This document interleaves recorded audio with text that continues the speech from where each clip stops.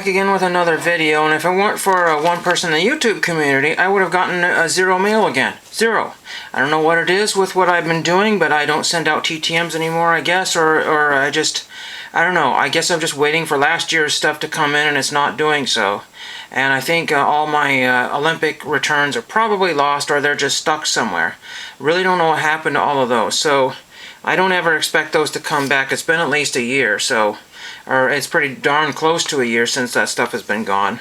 But anyway, this is J. Pilon, and I know it's J. Pilon because it came from Oklahoma City, Oklahoma, but also he's the other one that doesn't he's the only one that doesn't put his address in the corner there, so I have no opportunity to hit him back. Maybe that's on purpose, I don't know. But so, I mean, if I ever wanted to give him anything like TTM fuel or any kind of other stuff, I still haven't had the opportunity to do that. So, we will open this. This is from one of the duck races. He's written his YouTube, JPylon 8281 right there, so check out his channel.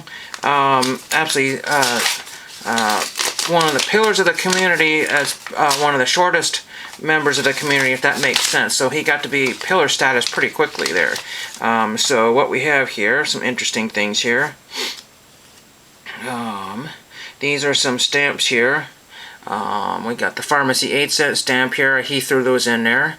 I guess he must have got an eBay package or something like that. A lot of people, if you don't know, old stamps really don't have a lot of value. You throw them in your book and they get forgotten about. Nobody really looks at their stamps very often. They just throw in the book and they're happy that they're excited. It's exactly like a video I watched this morning. Somebody was a vinyl record collector. It was in my recommended here. I never heard of the person before, so I clicked on it.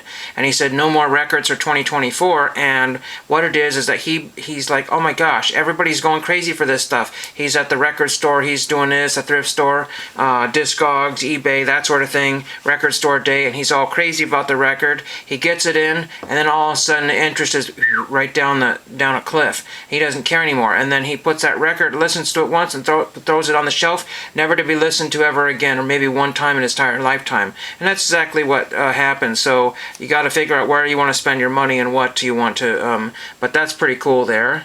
Nice to have those.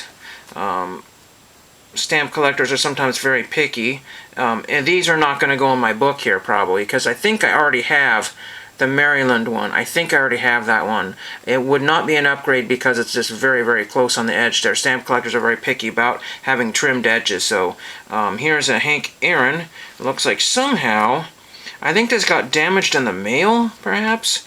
I don't know what happened to this, but this Hank Aaron has a big old whammo in it. So the Hank Aaron is essentially like this right now, big old crease. I used to have, and I can't remember if this is one of the cards. Oh, this is interesting. Oh, I think I know what this is. I know what this is, and I don't think the mail did that. I think this came from like an uncut sheet or something like that, because look at how cut it is. That's like how basically cut it is. Wow. I want to say that this came from an uncut sheet. Because I used to remember, I think I used to have some of these, not with the Hank Aaron, but I used to have a bunch of front row uncut sheets, so that kind of a throwback for the old days. We got a Griffey Jr. MVP.